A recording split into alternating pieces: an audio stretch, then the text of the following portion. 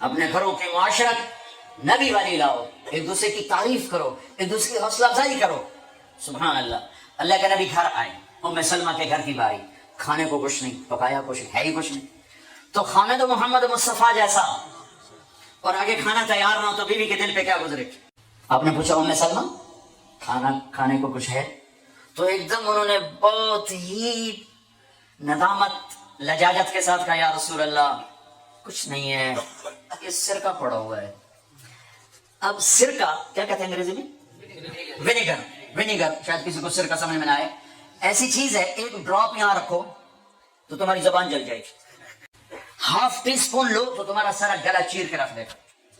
اور میں غلطی سے کوئی سرکے میں بعض سلاد پہ ہوتا ہے نا سرکہ ڈالا ہو، میں غلطی سے میرے منہ میں کوئی ایک پتا بھی چلا جائے تو ایک ہفتہ میرا گلا گیا. اتنا میرا سینسٹیو گلا ہے اس سے. سرکہ کوئی کھانے کی چیز؟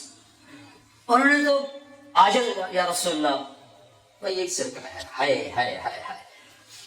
آگے میرے نبی کہ سرکہ بھی کوئی کھمڑ دی شاید، تم اتنا نہیں پتا بھائی سرکہ کھمڑتا نہیں ہوتا. میرے نبی نے فرمایا نعم الادام الخل. ام سلمہ سرکے جیسا تو سالن ہی کوئی نہیں، سرکے جیسا تو سالن ہی کوئی نہیں. کیسے اپنی بیگم کو شرمندگی سے نکالا اور احساس کمتری سے نکالا.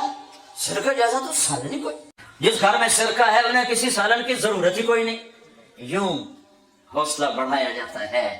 یہاں تو چونکہ وہ مقابلے کی ٹکر یہاں بیویاں بھی ڈانٹی ہیں خوب، تو یہاں تو ان کی اپنی کونسلز بنی ہوئی ہیں. تو میں مسلمان عورت کو کہتا ہوں جو کہ یہ میری بات آگے جا رہی ہے، آپ میرے سامنے بیٹھے ہو، ایک دوسرے کو عزت دو، برداشت کرو. میرے نبی نے فرمایا بہترین مسلمان وہ ہے جو بیوی سے اچھا سلوک کرتا ہو. اور بیوی سے فرمایا میری شریعت میں سجدہ ہوتا تو بیوی سے کہتا خامد کو سجدہ کر. بہترین صدقہ اولاد کی تربیت ہے. پورا گھر میرے نبی نے نقشہ ہر ایک کی قیمت بتائی.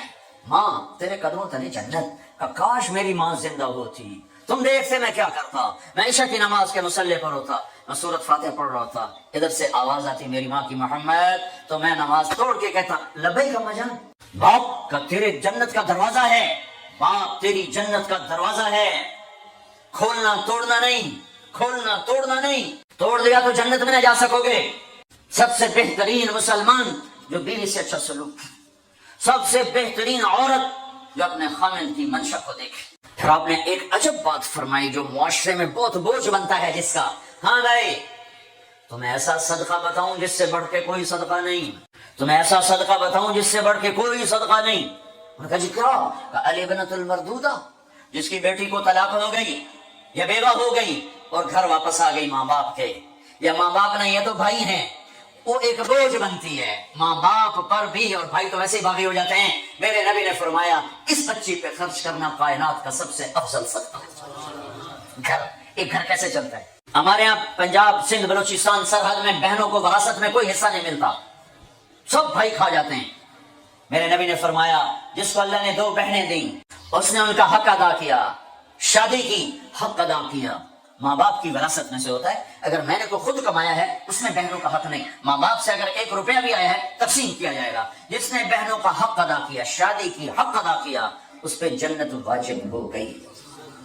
جس کو اللہ نے 3 بیٹیاں دی اس نے ان کی ڈولی اٹھائی، وہ جنت میں میرے ساتھ یوں ہوگا. ایک بولے اگر 2 ہوں، کہ جس نے 2 بیٹیوں کی شادی کی وہ بھی ایسے ہوگا. اللہ بھلا کرے. ایک صحابی کا کہ جس کی 1 ہو، کہ جس کی 1 ہے اگر اس نے اس کو عزت سے رخصت کیا تو وہ بھی میرے ساتھ ایسے ہی ہوگا. پھر کئی بچیوں کو طلاق پڑی ہے کہ اس کو بیٹا نہیں ہوتا. یہاں آنے سے پہلے کا واقعہ، پنڈی سے بچی رو رو برا حال اس کا. میں تو فون سنتا ہی نہیں ہوں ایسے کہ میرا تو کلیجہ پھٹ گیا ہے. ہے کہنے لگی کہ سسرال نے کہا تھا بیٹی ہوئی تو طلاق دے دیں. میں نے کہا اس میں میرا کیا قصور ہے، اور بیٹی ہی ہوئی اور مجھے طلاق پڑ گئی اور میں گھر آ گئی 22 سال کی عمر. بیٹی دینے والا اللہ اور ظلم کرنے والا سسرال. میرے نبی کو اللہ نے بیٹے دے کے اٹھا لیے. قاسم اٹھا لیے، عبداللہ اٹھا لیے، ابراہیم اٹھا لیے. 4 بیٹیاں نے 3 زندگی میں اٹھانی. زینب، ام کلثوم، رقیہ، تینوں آنکھوں کے سامنے چلی گئیں. فاطمہ سے نسل چلی. آپ نے فرمایا لوگوں کی نسل بیٹے سے چلتی ہے، میری نسل میری بیٹی فاطمہ سے چلی. اس لعنت کو دھویا عورت کا کیا قصور ہے اگر اس بیچاری کو بچیاں ہو رہی ہیں؟ جس نے اپنی بہنوں کو حق ادا کیا، جس نے بیٹیوں کو ڈولے میں بٹھایا، ان کا حق ادا کیا، کہ جنت میں یوں ہو جائے گا۔ بہنوں کو دینا اتنا ضروری ہے، حرام ہو جاتی ہے روٹی۔ میں نے مولانا جمشید صاحب میرے استاد ہیں، میں نے ان سے تفسیر پڑھی۔ میں ایک دن شہد کی بوتل لے کر گیا، پرانی بات ہے 76-77۔ میں نے کہا حضرت یہ ہدیہ ہے۔ فرمایا کہاں سے لائے ہو؟ میں نے کہا میرے اپنے باپ کا ہے۔ فرمایا تیرے باپ نے اپنی بہنوں کو، تیرے باپ نے اپنی بہن یعنی میری پھوپھیوں کو، تیرے باپ نے اپنی بہنوں کو زمین میں سے حصہ دیا تھا؟